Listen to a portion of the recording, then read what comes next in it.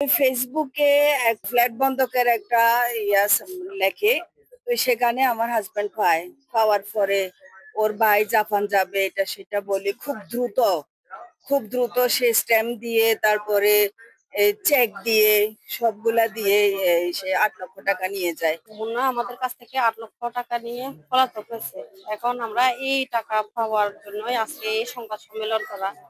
আপনারা সবাই ওকে ধরিয়ে দিতে সাহায্য করবেন, আমাদের পাওনা টাকাগুলো যাতে আমরা ফিরে পাই।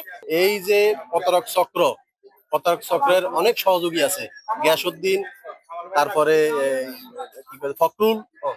এই প্রতারক চক্রের সাথে জড়িত আমরা আইন শৃঙ্খলা বাহিনীর কাছে আমরা মামলা করেছি।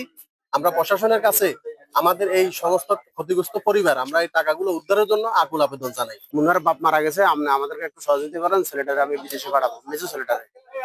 তো আমি বললাম যে আমার কাছে এখন টাকা পয়সা নাই, দেখেন চেষ্টা করে আমাদেরকে একটু সহযোগিতার দৃষ্টিতে দেখেন, আমাদের বাড়ি আছে, কোনো সমস্যা নাই, আপনি থাকলে থাকতে পারেন, 2টা ফ্ল্যাট নিয়ে আপনি আমাদেরকে 7 লাখ টাকা দেন। আমার ফ্রেন্ড কামালের মাধ্যমে আসলে টাকাগুলো এখানে ইনভেস্ট করা হলো যে আমি ভাড়ায় থাকি। তো ওনারা বলতেছে যে বন্ধক দিবে, বন্ধকের মাধ্যমে আমি ভাড়ায় থাকবো।